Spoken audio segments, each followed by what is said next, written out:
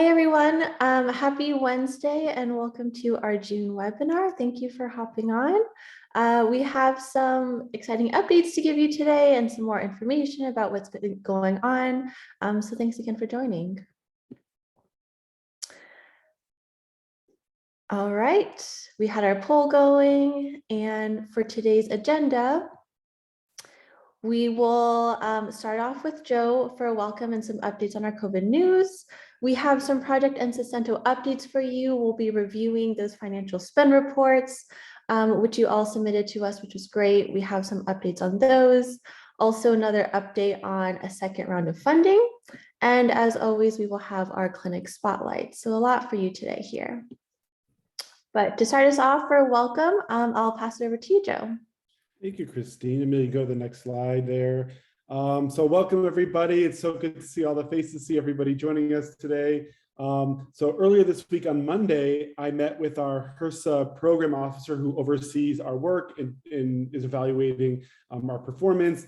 And I have to say they are continue to be extremely impressed with the work that we are doing. They are seeing the efforts through the data that you are all submitting. They are extremely impressed. I am getting to really educate them on the power of free and charitable clinics. And so let's just keep putting ourselves in position to be renewed by HRSA when we get towards the end of the program. And we can do that by continuing to submit our data, We're also working on some storytelling to have HRSA better understand who are the clinics in our network, what is a free and charitable clinic. So we have a lot of cool stuff like that in the works, but I just wanted to express and pass along that HRSA is really, really satisfied so far with the work that we're doing. So now I think we really see ourselves in a valley of the program. Like we've hit some peaks and now we're in a valley. And what I want everyone to do is to find time to enjoy the summer.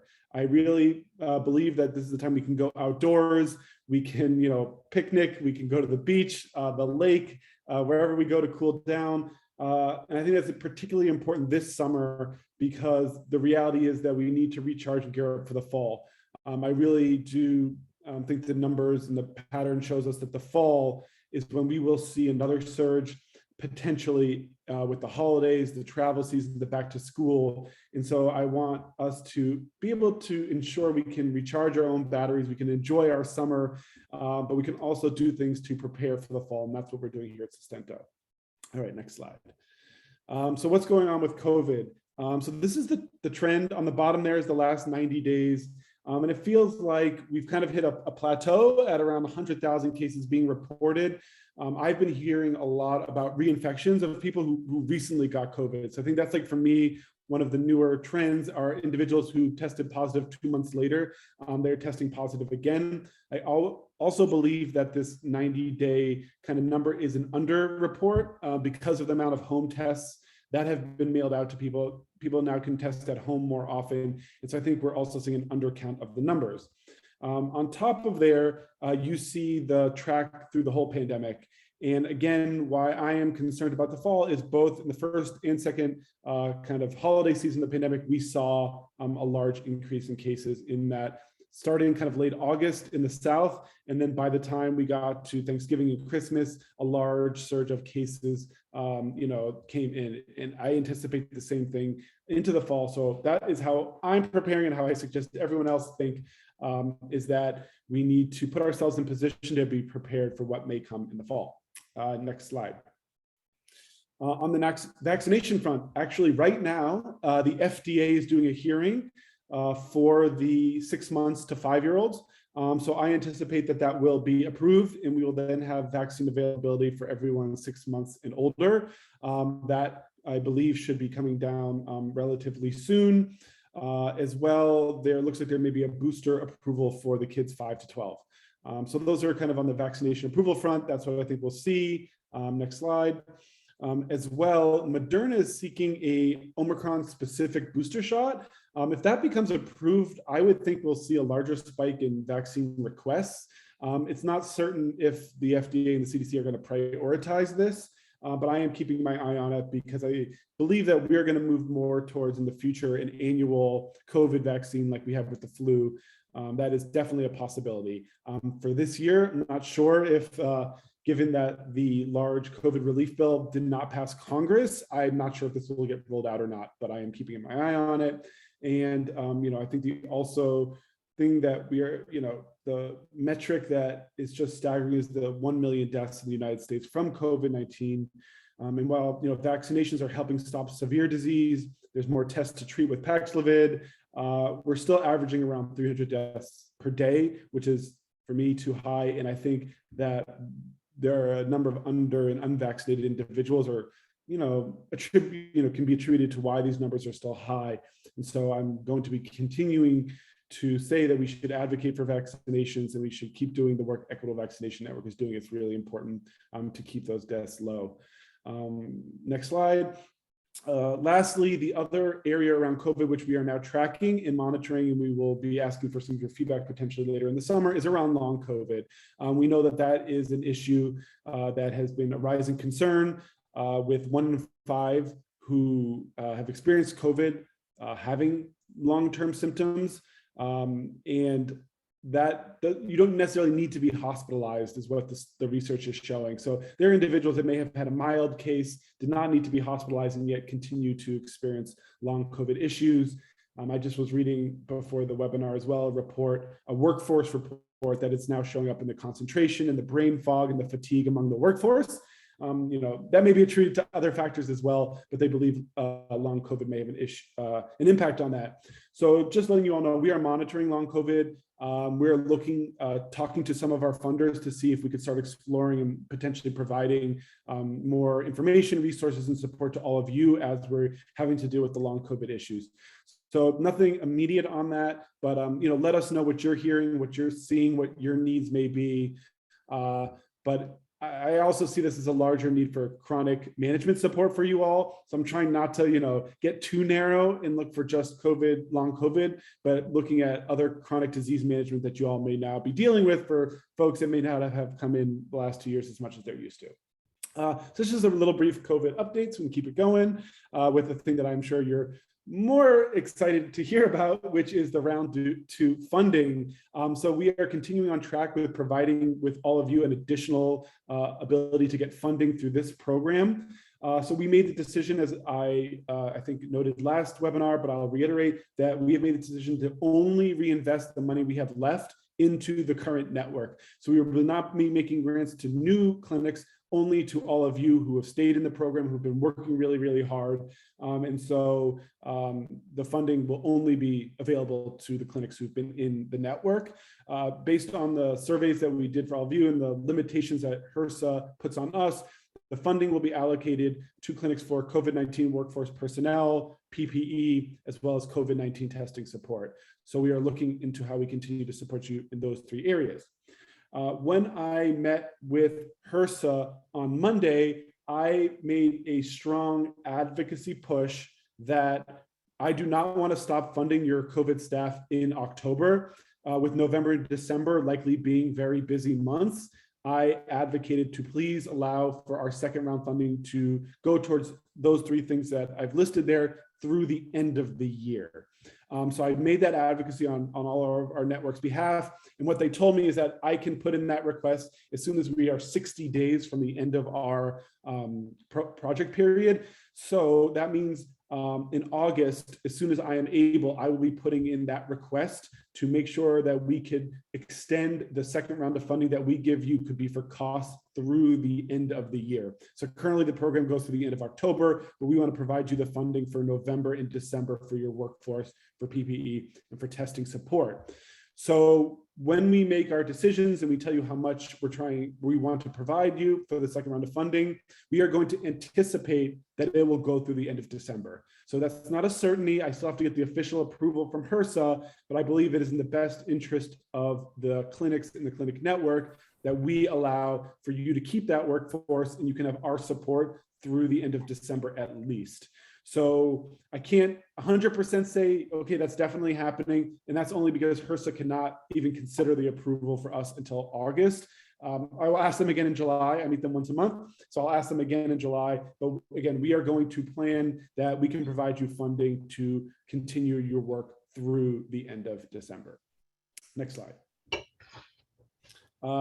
So we have $1 million left to make to subawards to the network. So we will be looking how we can most equitably distribute that $1 million among all of you. And the timeline to do that is by the end of June, we should be able to provide you all of the funding details. And I want you all to know that we are not going to make this a competitive application process. So no competitive application. I'm trying to make this as easy and the least amount of time intensity on you as possible. So there will be a request form that you will fill out, and afterwards the Stento will reach out to you and saying, we have approved this level of funding for your clinic. Would you like to accept that? We believe that by the end of June, we'll be getting that form out with all the details. In July, we will start trying to make those funding allocations. And by August, we will complete the distribution of all of our subawards. So no additional funding will be able to be made available after August. And there will likely be, if we're able to get that extension through the end of December, there will also likely be some additional paperwork and administrative items that you will need to do. But Sustento's team, we will try to make that again as easy, streamlined, simple as possible so you can focus on what's most important, working with your communities. So that's a little bit about the timeline, the amount of money we have available. Next slide. And so lastly, how do you make sure you're eligible and you can access this funding? So as long as you've been doing everything we've asked You've been continuing your COVID efforts with your workforce. You've submitted your financial report. Those are all up to date. Those will be due monthly moving forward. Christine's going to update you all that after this. You've been submitting your COVID data. In our expectation is that you don't go 3 weeks without submitting any data. We also be looking at data. So if your clinic is doing a high volume of data, that will be putting you in a really good position for more funding. But minimally, we know some folks are volunteers. You have events every, maybe once a month. We understand that. And all we ask is that you don't go 3 weeks without submitting data. And if for some reason you will be, let us know. And if you don't, we will be following up with you. But not submitting data will be a reason why we would not offer you additional funding. So we will also be tracking your spend. Your financial reporting is helping us see how much money you have spent already. So as long as you are on track on your spend down, we'll offer you more funding. If not, we may talk to you about extending that funding if we get that extension through the end of the year, about how the money you do have, if your spend is going a little bit slower, maybe we could draw that out over the end of the year with you. And lastly, we ask that there's kind of our routine surveys that are short, sweet, and give us a really good pulse of what's going on. And we ask you to also fill those out. If you're doing all of that, there will be no proposal we're going to ask from you, no narrative that you'll have to write. We just want to get you the money so that you can, extend your workforce. You can continue doing what you're doing. And all we'll need from you is the items that HRSA asks us for compliance. So we appreciate your partnership in that. So I think I'll end just by saying I continue to be inspired. All the stories I'm hearing from the clinics, I try to make time to meet with a few of you each month, because that's what keeps me going. What keeps me inspired is getting to spend time with all of you and my team as well. Know that we are working hard to do things like sharing more data with you, preparing for the second round of funding, and continuing to advocate to HRSA the importance of free and charitable clinics, so that when we get towards the end of our grant term, they will hopefully, if they have availability, want to renew the work we've been doing with you. So thank you all so much for all the hard work you're doing, and please enjoy your summers. Find time to take something fun for yourself, whatever that looks like during your summertime. And I wish everybody a nice start to the summer season. And so with that, I am going to pass it over to Christine for a program update. Thank you, Joe. We will skip ahead to the next slide. So a couple project updates that we have for the network. First one was that your financial spend reports were due on June 7th. On that deadline, we needed to receive your March, April, and May spend reports. So that's any of the HRSA money that you were spending during those months. If you have not yet submitted your spend report and you know that you haven't, please do so as soon as possible. That should be sent to your assigned state lead every month. Our team will be checking which clinics have submitted it and which ones have not. And so you will be hearing from us if you have not submitted your report. We will be issuing warnings because we will need this every month to stay in compliance with HRSA. So please make sure that you're keeping an eye out for those. And just as a friendly reminder, moving forward, every month, those financial spend reports will be due on the 7th. So the next one for June will be due Thursday, July 7th. All right, next slide. As a recap, how we are going to review your documents. This is what the Sustento team and our compliance partners at Triad Associates are doing right now. So once we receive your monthly submissions, your assigned state lead, as well as our compliance partner, are reviewing each of your spreadsheets. We're looking at every number, we're looking at every document that you submit to make sure that is with compliance for HRSA. If your submission requires any revisions, you can expect to hear from your assigned state lead. They will be reaching out to you to let you know what is outstanding, what edits need to be made. And so you will respond as soon as possible back to them to make sure that your submission is complete. If we have any trouble reaching out to you, or if your submissions are continuously incomplete every month, then you will be subject to a special audit. That would be no fun and would not be fun for us either. So please try to submit those on time every month. If you have questions, our team is here to help you. As well, our compliance partners at Triad, they can answer any questions that you have. So if there's any questions, any confusion on this, please reach out. And last thing to note that Joe had mentioned, in order to be eligible for that next round of funding coming up, we do need all of your reporting to be up to date. So please keep on top of that. And again, if you have any questions, don't hesitate to reach out. All right, next slide. So our team has taken a first look at the submissions that came in on June 7th. And there were a couple of common errors that we saw with the submissions. I just want to ease any concerns. We know that this was the first round. We know that there were questions. So don't worry if we're covering these errors and you're thinking to yourself, oh no, like I made that mistake. If that is the case, your state lead will reach out to you and let you know what you need to do next. So these are all things that I'm going to cover just to keep in mind for future months, just to make sure that you know how to do these things moving forward. But again, if something was wrong with your submission this month, don't worry, we will reach out to you and resolve that. So the first thing that we saw with some of the submissions were some spreadsheets were just not filled out. We heard from some clinics that no money was spent for that month. If that is the case, you still need to complete the spreadsheet. So that is the Google Sheet, and we need you to put $0 in each cell if that's the case, if you didn't spend any money. So keep that in mind for future months. In addition, the second point, for any documents that you are sending to your state lead, please make sure that they are legible and viewable. Some of the documents that we got were scanned and they were kind of blurry, they were difficult to read. Some were password protected. So please make sure when you're sending those documents to your state lead that they are either in PDF, JPEG, PNG, or a Word format, so we have no problem reviewing those. And then lastly, please keep in mind that for the spreadsheets, when you sign your name at the bottom, you are certifying that what information you have provided is correct. So double check your math, make sure you dot your I's and cross your T's, and make sure that this, you have double checked it, you are confident with your submission. That will help us reduce any follow-up that we have to do with you. All right, next slide. Another common one that we saw are some general questions that we were getting. We got the question of, how do I know which tab to use for which month of spending?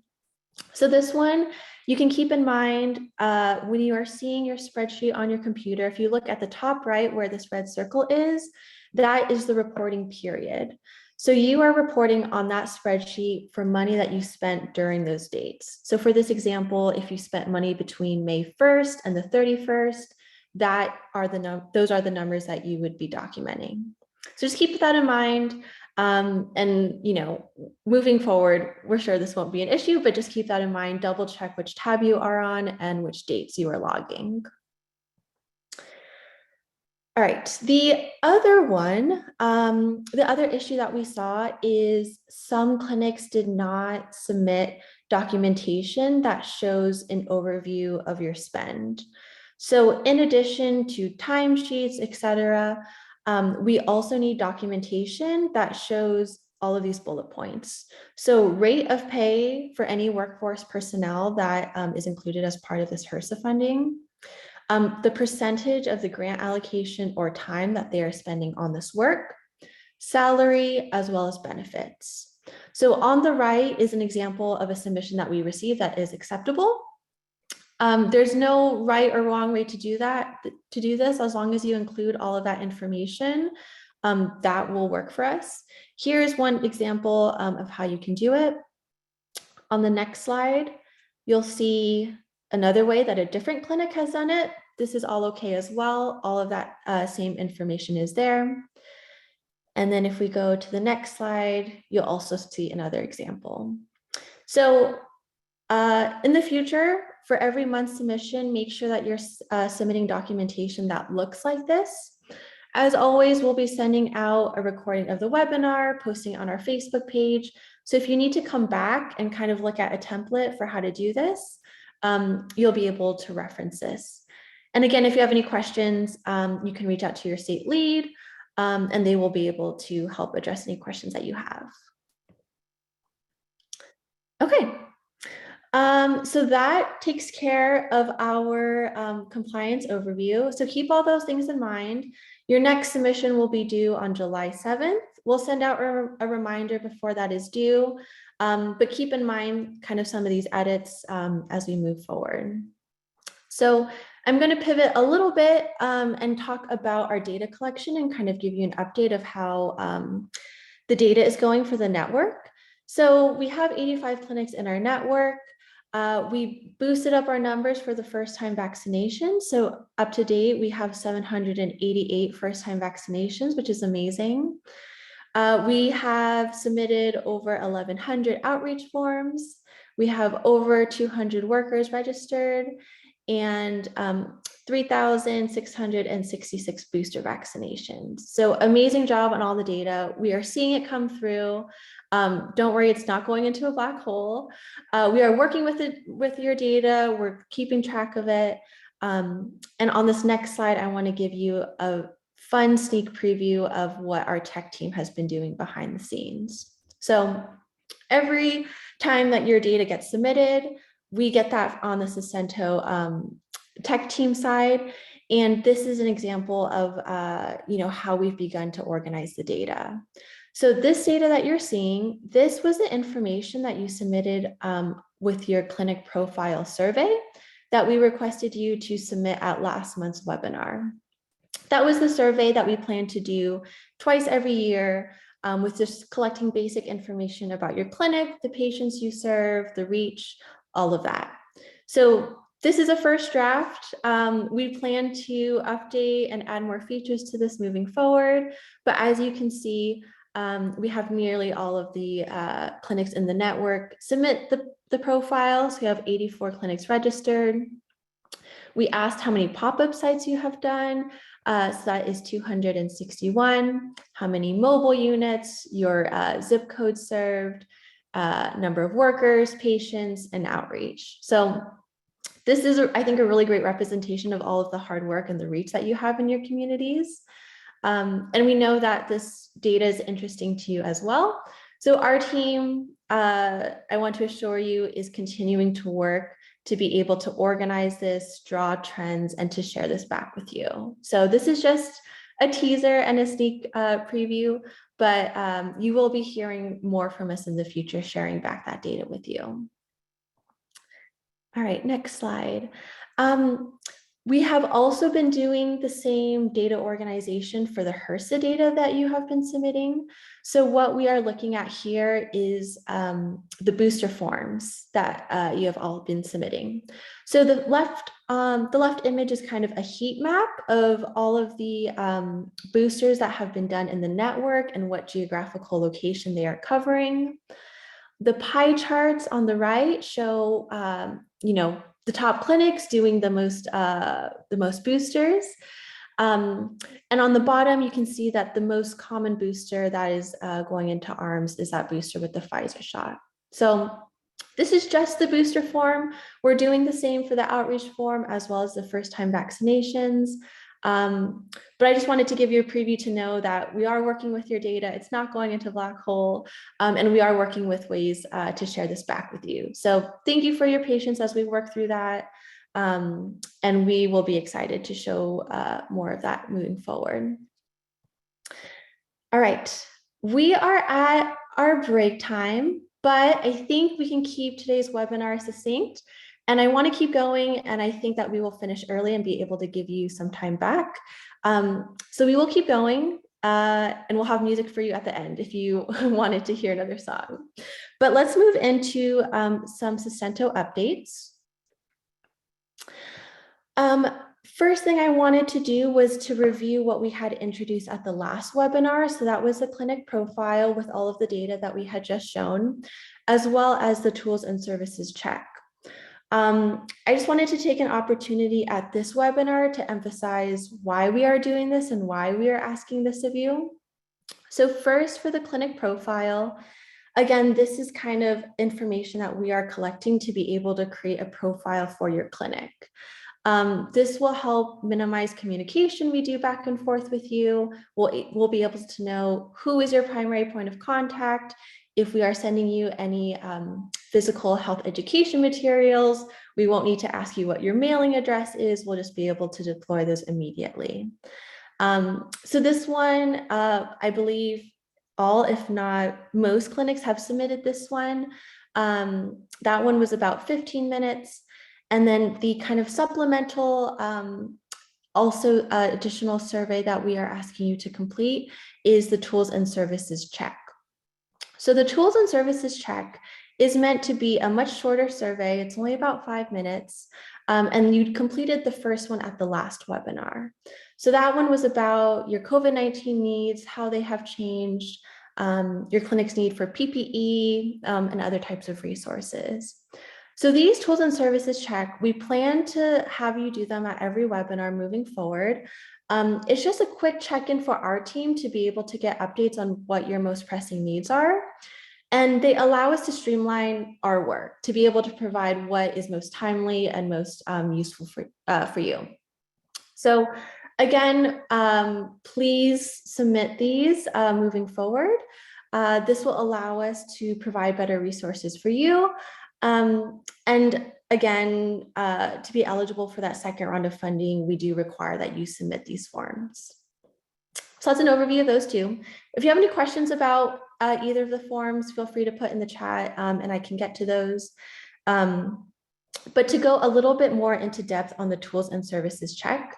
So last month we had that COVID-19 related tools and services check. We don't have one for this webinar, so no need to worry about that. Next month, we will be doing a check to gauge your needs for behavioral health and opioid response tools and services. This has been an area that Sustento knows that your clinic is interested in, and looking past the pandemic, where upcoming needs might be coming for your clinic. So that will be next month's tools and services check. You can let us know what you're seeing on the ground, what you expect your needs to be in the coming months. And we'll just be asking that there's at least one submission per clinic. This friendly reminder on the right is if you have not completed any of these surveys, we will remind you. We will be sending emails. You'll probably be getting a reminder from Amelia to submit it if you have not. So there are a handful of clinics that have not yet submitted last month's tools and services check. So you will be receiving one final reminder after this webinar. That email will be coming from Amelia. So if you see that email in your inbox, please open it and submit those surveys. But if you don't hear anything for us, that means that we received your submission. So thank you for submitting that. Okay, and to give you a sense of how those tools and services check come into action and how they actually affect your clinic, from our findings from last month's survey with your COVID-19 needs, we had learned that clinics really have a need for PPE, and that's a resource that clinics could really benefit from. So after looking at that data, realizing that this is something that the network could benefit from, our team is currently working on a sustainable relationship with Project N95. They have been one of our guest speakers before, so they might sound familiar. Some clinics may have even worked with them in the past, but Project N95 is a nonprofit that has a marketplace for COVID-19 related supplies and protective equipment. So we are working with them to form an ongoing relationship to be able to provide PPE and other assets to the network. So more to come on that, but that is to give you a sense of why those tools and services checks are important. And the more data points that you give us, the better we are able to go out and advocate for those needs and bring it back to the network. All right. We are moving through this webinar. So we are now going to transition a little bit to our clinic spotlights. For this month, we have 3 clinic spotlights. And as always, we'll start off with Mary at Good News Clinic, but tell us a little bit about you, what's been going on with your clinic, what you're seeing with COVID, and anything else that you would like to share. So I'll pass it over to you, Mary, when you're ready. Okay. Thank you. I'm Mary Wall, and I'm the grant writer for Good News Clinics. We're in Gainesville, Georgia, which is about 60 miles north and east of Atlanta. And we provide full health care for the poor and uninsured residents of Hall County. We define low income as 150% of the poverty level or less. So we have medical, dental, mental and behavioral health, pharmacy, lab, and a specialty referral service with a network of about 200 doctors that will provide specialty imaging and services like oncology or surgery, should that need arise. So our COVID data collection, honestly, we are a little behind in our data submission. I'm on vacation this week, actually, and I checked before I left so that I could give a good report today, and discovered that we were collecting the data, but we had not been inputting it. So we'll be working on fixing that when I get back next week. But we're doing well. We're vaccinating. Not nearly the numbers that we had previously, but we're still vaccinating. And what we decided to do was charge our people at each door with specifically inviting people to be vaccinated, present them with whatever answers to questions they might have, whatever concerns they might have about the vaccinations. So our intake people, whether you're accepted or not, you can still get a vaccination. And then our medical assistants, because they're the most consistent point of contact for our patients, they also talk to our patients about the vaccinations and are able to answer any questions that may arise. We have another grant that allowed us to get a community health worker who is someone that can go out into the community and interact with different groups, be it health fairs and things like that. So as she continues to make contact with the community, we hope to increase the number of vaccinations that we're able to give. All right, thank you, Mary, and thank you for joining us from your vacation. Your background looks like you have nice weather, so thanks so much for taking the time to hop on. Yeah, it's beautiful. And always good to hear what's going on with your clinic, so thank you so much. Thank you. All right, we are now going to hop over to Amber at Two Rivers Health Clinic in Georgia. Over to you, Amber. Hi, everybody. Thanks for letting me share a bit today. So we, Two Rivers Health Clinic, we are also in Georgia, Rankin, Georgia specifically. We are considered based of Savannah, so we're coastal. But even though we're considered a suburb of Savannah, we have a lot of pockets of rural populations in our county. And so that was one of the big reasons why we opened initially in 2015 was we had a real